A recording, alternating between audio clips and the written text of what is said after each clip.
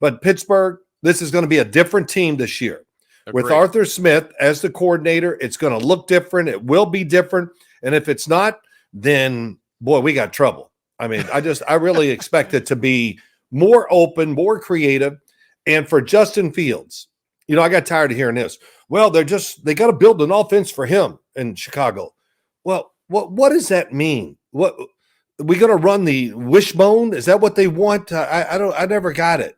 Well, they're trying to throw it. They have quarterback runs. They did tried it. Yeah, yeah, they did it. They essentially ran, Chicago was running a version of Ohio State's offense that he ran in college. Right. And you know what? The fact is that it wasn't very good offense. It's not a good NFL offense. It also, too, is the fact that he just was underperforming. And, this is what I said to someone the other day. Justin Fields is an improving thrower of the football. Right. Yeah. But when the Bears draft Caleb Williams, number 1 in this upcoming draft, he'll be a top 10 thrower in the NFL the day that he steps on an NFL football field. Like right from the jump. He doesn't have to work into that category of becoming a good NFL passer. To me, he's going to be a top 10 passer in the NFL from day one.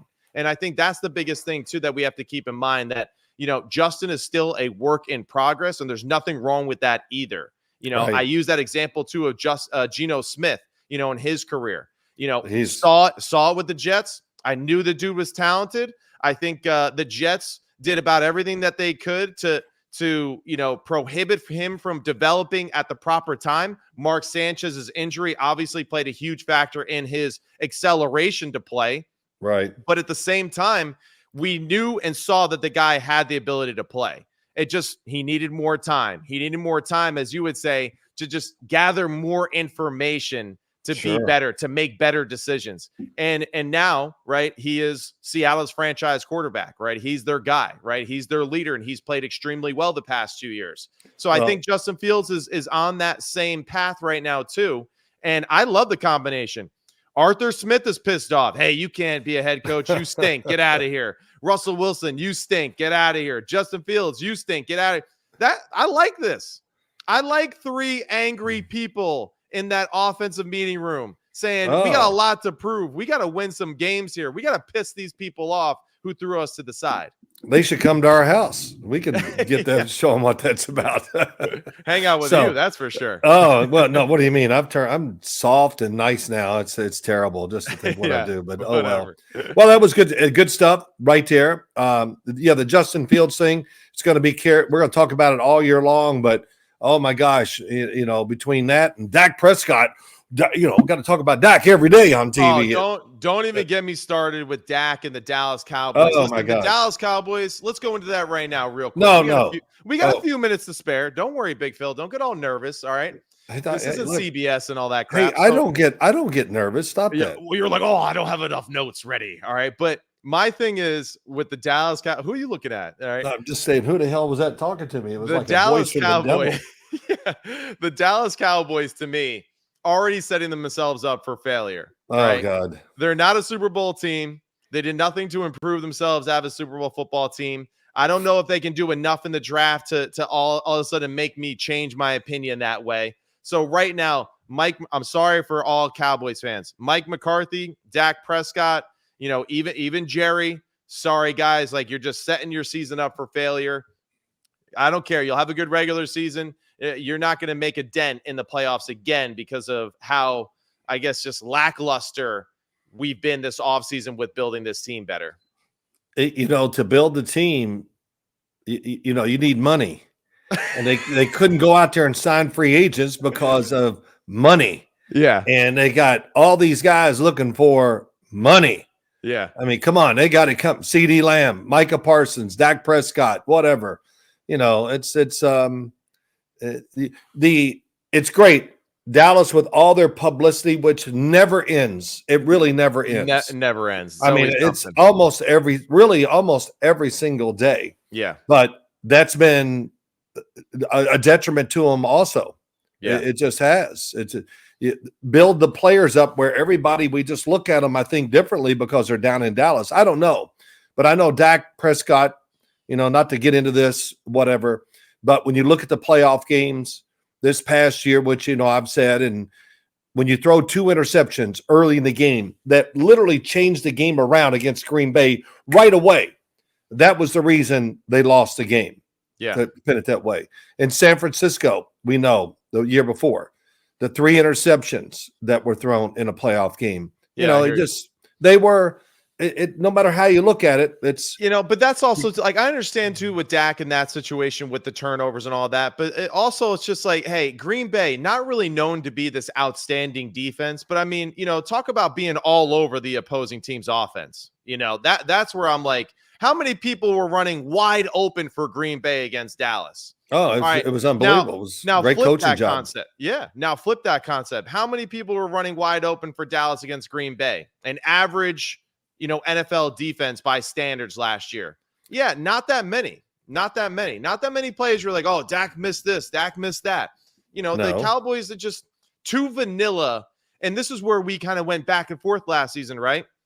Multiple times we were like, it's too simple of an offense. Then they'd perform well against lesser opponents. It'd be like, all right, well, this is where a simple offense plays into your favor because you can play fast and make quick decisions, all that stuff.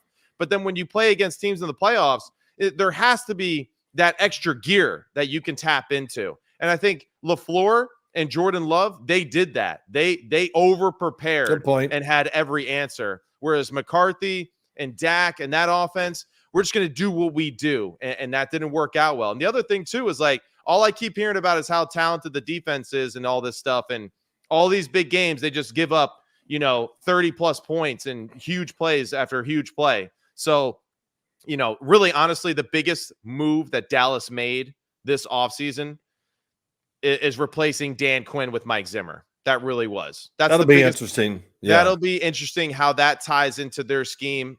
I think Mike Zimmer's concept defensively is really good.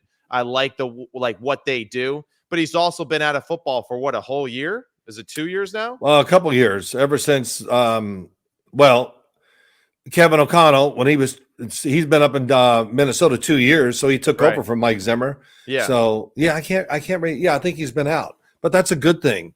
It refreshed him. Got to think about what he does, change a little bit. I always think that's pretty good to sit out and the energy comes back and you want to do it.